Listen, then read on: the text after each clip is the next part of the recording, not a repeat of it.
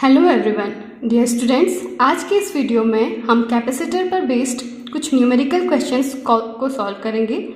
पहला क्वेश्चन लेते हैं। इसमें एक समांतर प्लेट संधारित्र की प्लेट का क्षेत्रफल 2 मीटर स्क्वायर तथा प्लेटों के बीच की दूरी 2 मिलीमीटर है। प्लेटों के बीच 10,000 वोल्ट का विभवांतर लगाया जाता है, तो संधारित्र की धारिता व प्रत्येक प्लेट पर आवेश ज्ञात कीजिए। यानी area of each plate of a parallel plate capacitor is 2 metre square and separation between them is 2 millimetre. If potential difference of 10,000 volt is applied across plates, then find capacity of capacitor and charge on each plate।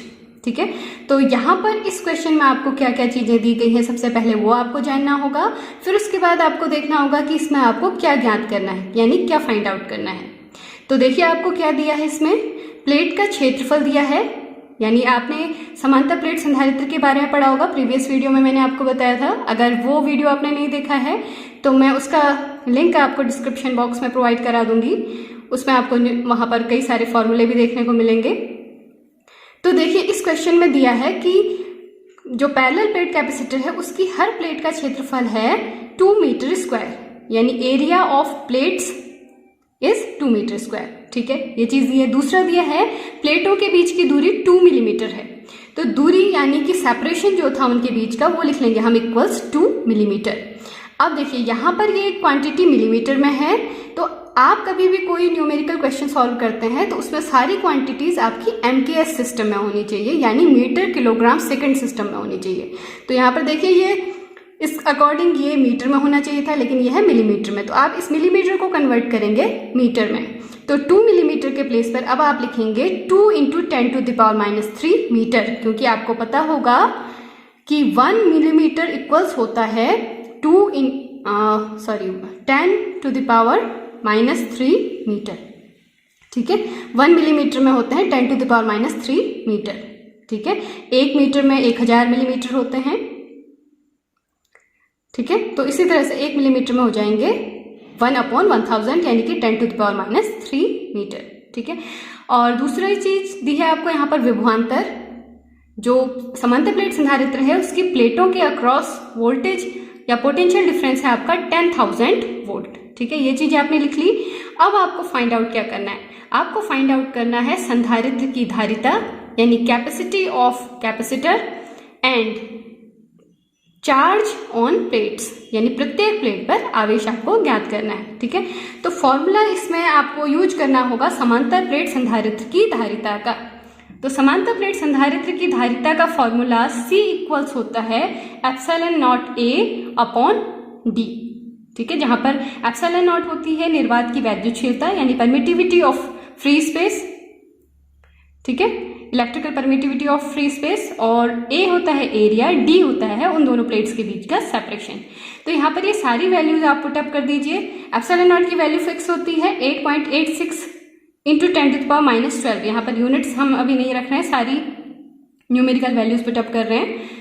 ठीक है, तो ε0 की value आपने यहाँ पर रख दी 8.86 × 10⁻12 into, इसमें बगल में कौन सी चीज आएगी, एरिया। एरिया कितना था 2 मीटर स्क्वायर, तो 2 पुट अप कर देंगे अपॉन नीचे जो D है यानी सेपरेशन है, वहां पर आपको क्या लिखना होगा, जो ये डिस्टेंस थी 2 × 10⁻³ मीटर।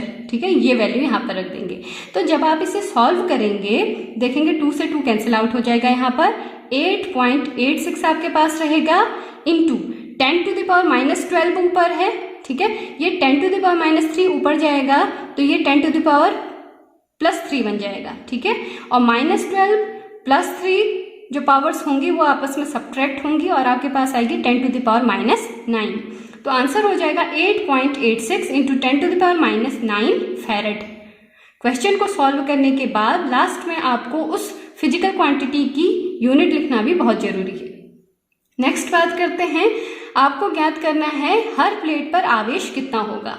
तो चार्ज ऑन ईच प्लेट कैसे कैलकुलेट करेंगे, आपने पढ़ा है फॉर्मूला समांतर प्लेट संधारित्र की धारिता का फॉर्मूला C इक्वल्स होता है Q/V।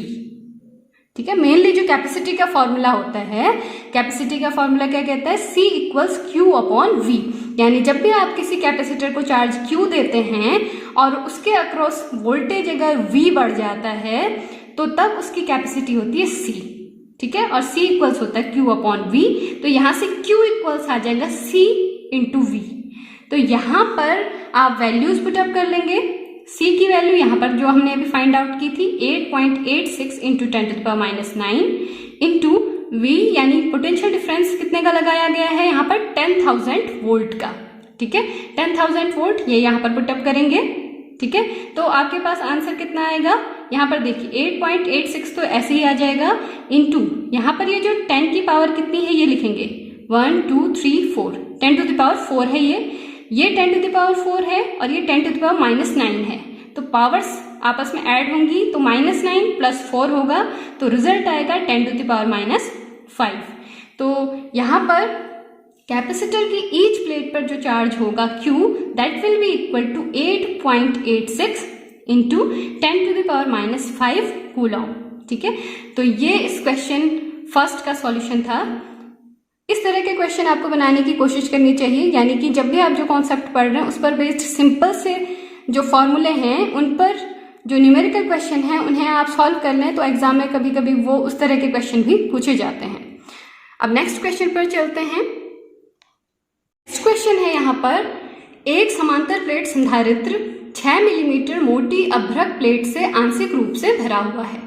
इस संधारित्र की प्लेट का क्षेत्रफल 2 into 10 to the power -2 metre square तथा उनके बीच की दूरी 0.01 मीटर है। माध्यम का परावैद्युतांक 3 है, तो संधारित्र की धारिता ज्ञात कीजिए। यानी कि a parallel plate capacitor is partially filled with 6 millimetre thick mica plate. Area of plate is 2 into 10 to the power -2 metre square and separation between plates is 0.01 metre. If dielectric of medium is 3 then find the capacity of capacitor. तो देखिए इस पर based मैंने आपको formula बताया था उसी previous video में। तो यहां पर देखिए क्या है, आपके पास समांतर प्लेट संधारित्र है, उसकी प्लेट्स के बीच में आपको रखनी है एक माइका प्लेट, यानी अभ्रक की एक प्लेट रखनी है जो 6 मिलीमीटर थिकनेस वाली है, ठीक है।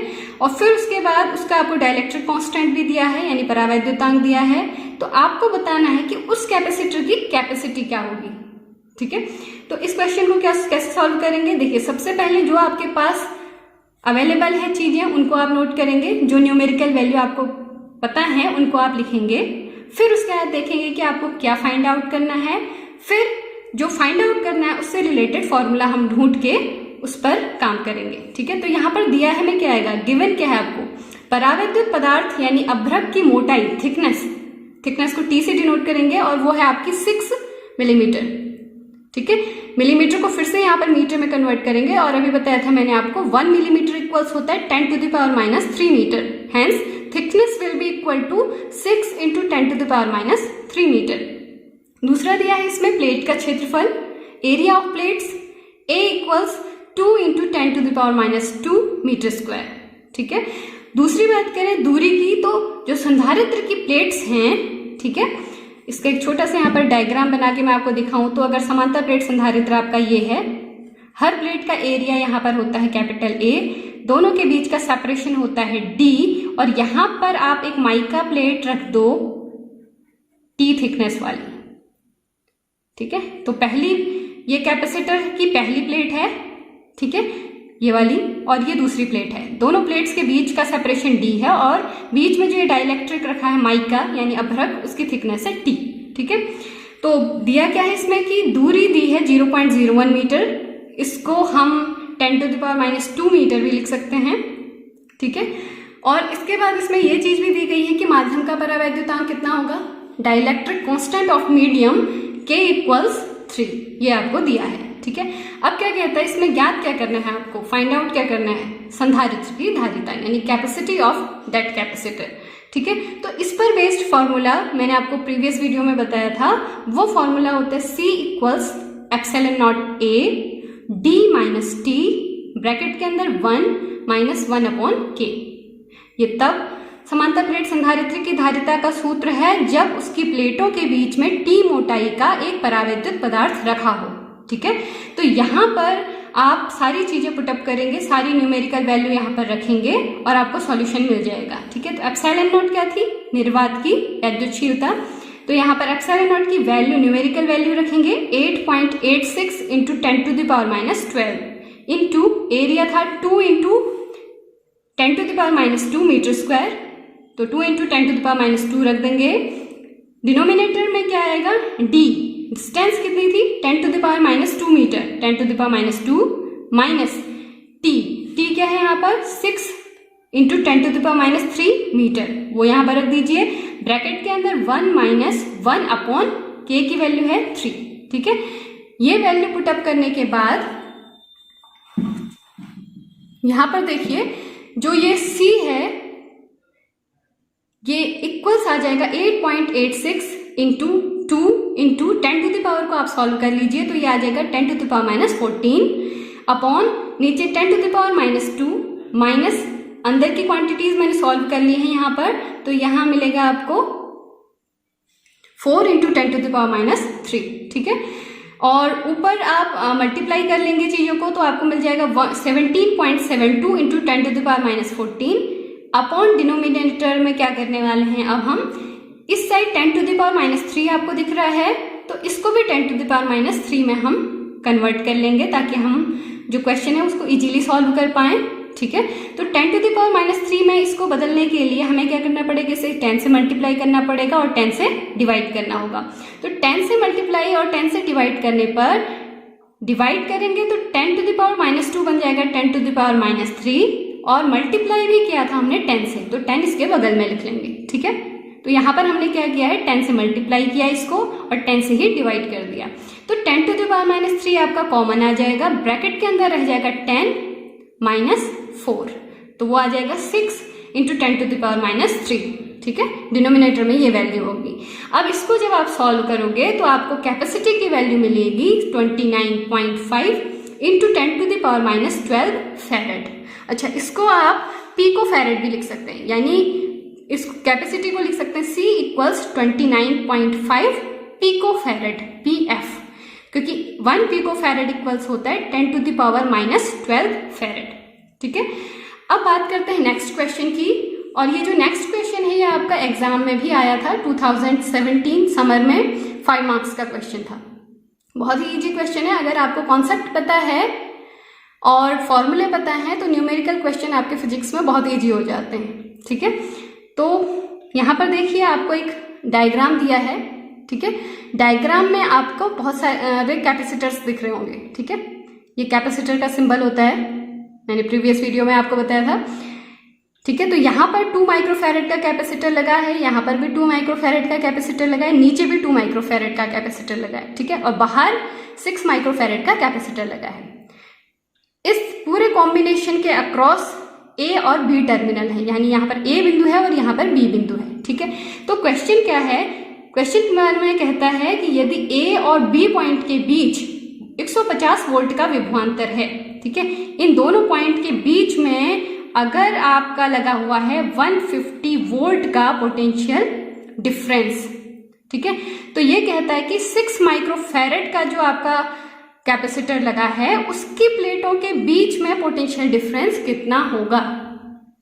ठीक है, अब इस क्वेश्चन को सॉल्व करने के लिए आपको कैपेसिटर के कॉम्बिनेशंस के बारे में पता होना चाहिए, और वो वीडियो आपने नहीं देखा है तो उसका लिंक भी मैं आपको डिस्क्रिप्शन बॉक्स में प्रोवाइड कर दूंगी, आप वहां जाके फॉर्मूला भी देख सकते हैं और कॉन्सेप्ट भी समझ सकते हैं।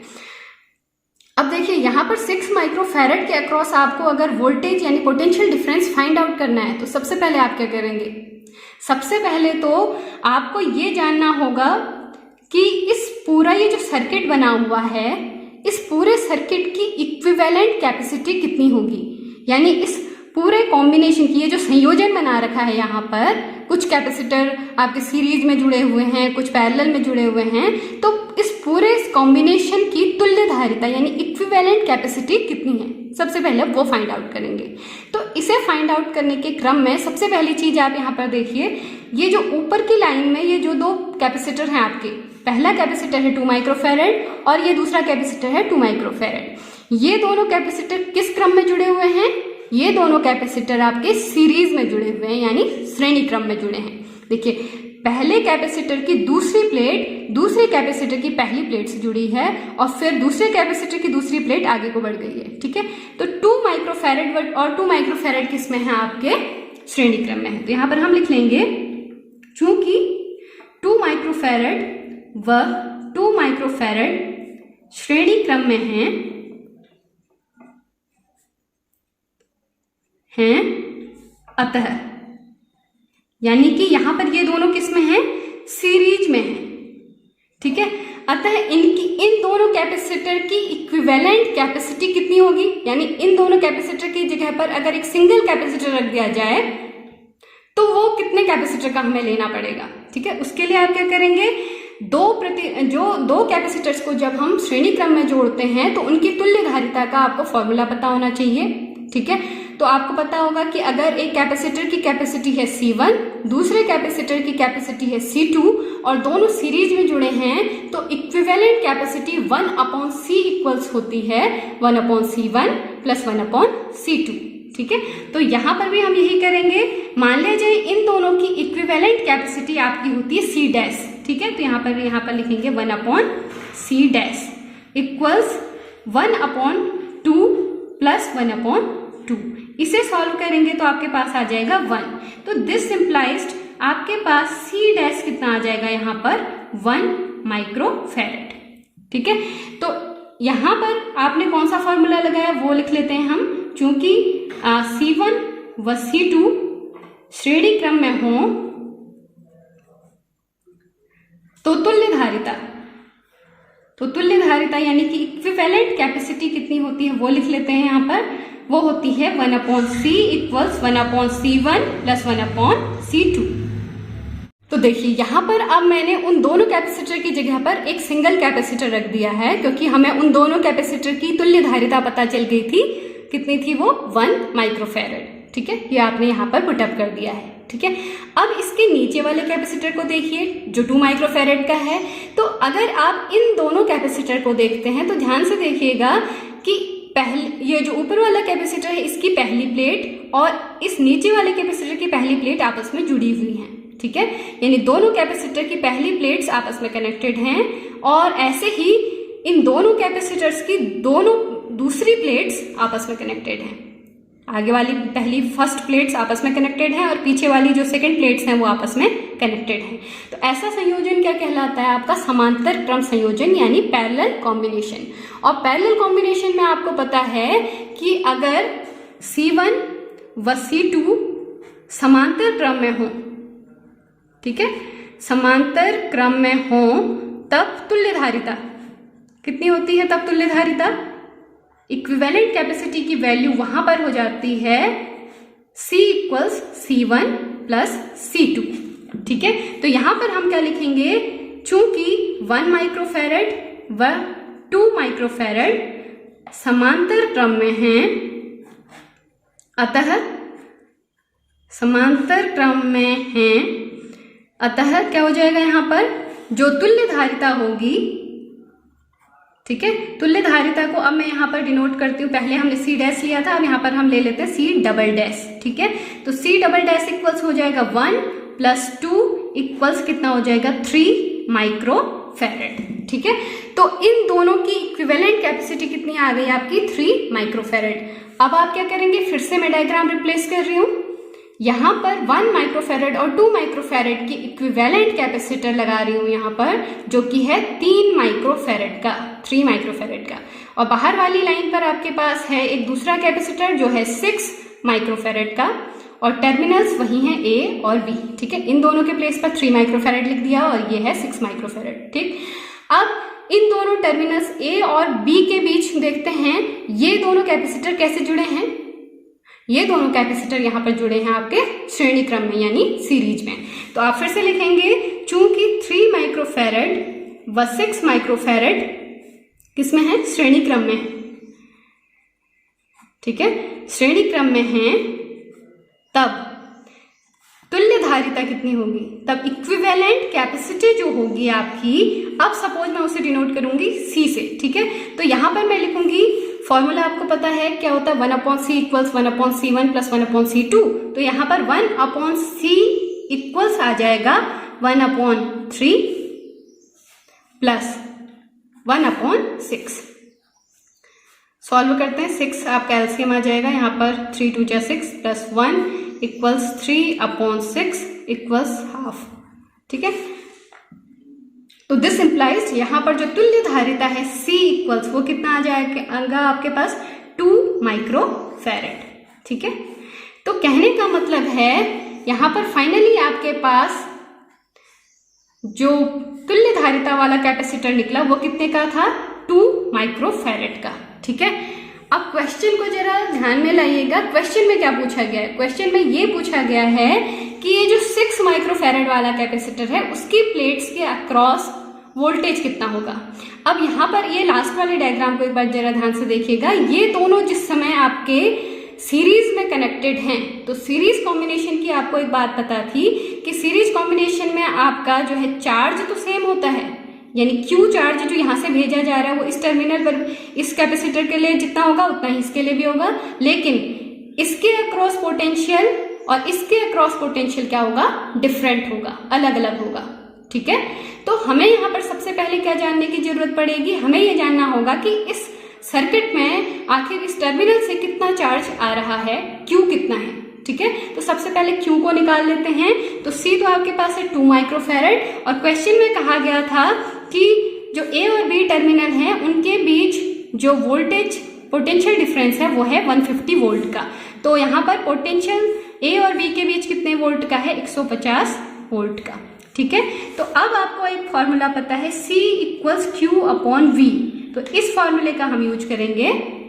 ठीक है, कैपेसिटर की कैपेसिटी इक्वल्स होता है चार्ज अपॉन पोटेंशियल डिफरेंस।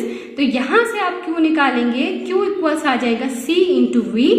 तो C है आपका 2 इंटू V है 150, तो यह आ जाएगा 300। ठीक है, यहां पर एक चीज देख लीजिए, ये जो Q होगा ये होगा आपका 300 माइक्रो कूलम। ठीक है, क्योंकि हमारा जो कैपेसिटर था उसकी कैपेसिटी थी यहाँ पर 2 माइक्रोफैरेड की। ठीक है, तो चार्ज कितना हो जाएगा, Q इक्वल्स 300 माइक्रो कूलम। ठीक है, अब आपको जो संधारित्र 6 माइक्रोफैरेड की प्लेटों के बीच विभवांतर निकालना था V डैश। ठीक है, वो फाइंड आउट करने के लिए आप क्या करेंगे, देखिए आपको यहाँ पर पता होना चाहिए कि A टर्मिनल और B टर्मिनल के बीच में चार्ज कितना फ्लो कर रहा है, जो आपने निकाल लिया था 300 आपके पास 300 माइक्रो कूलम का चार्ज था यहाँ पर। ठीक है, तो अब आपको क्या करना है, आप देखेंगे कि इन दोनों टर्मिनल्स पर से ही 6 माइक्रोफैरेड के अक्रॉस भी चार्ज 300 माइक्रो कूलम होगा। ठीक है, तो अब जो विभवांतर है 6 माइक्रोफैरेड की प्लेटों के बीच, उसको निकालने के लिए आप फॉर्मूला यूज करेंगे C इक्वल्स Q/V वाला। वहां से V इक्वल्स आ जाएगा Q/C। तो Q की जगह पर आप रख लेंगे 300 माइक्रो कूलम। ठीक है, और C के प्लेस पर रख लेंगे 6 माइक्रोफैरेड। ठीक है, तो ये वैल्यू अगर आप पुट अप करते हैं तो यहां पर आपके पास आ जाएगा 50 वोल्ट। ठीक है, तो ये क्वेश्चन आपका एग्जाम में आया था। इसी तरह के simple questions, simple problems exam में पूछी जाती हैं। तो आपको अगर कॉन्सेप्ट पता हो, फॉर्मूले पता हो, तो एग्जाम में 5 मार्क्स लाना यहाँ पर बहुत ईजी है। अगर वीडियो पसंद आया हो तो लाइक, शेयर और सब्सक्राइब जरूर कर दीजिएगा। मिलते हैं नेक्स्ट वीडियो में। Thanks for watching.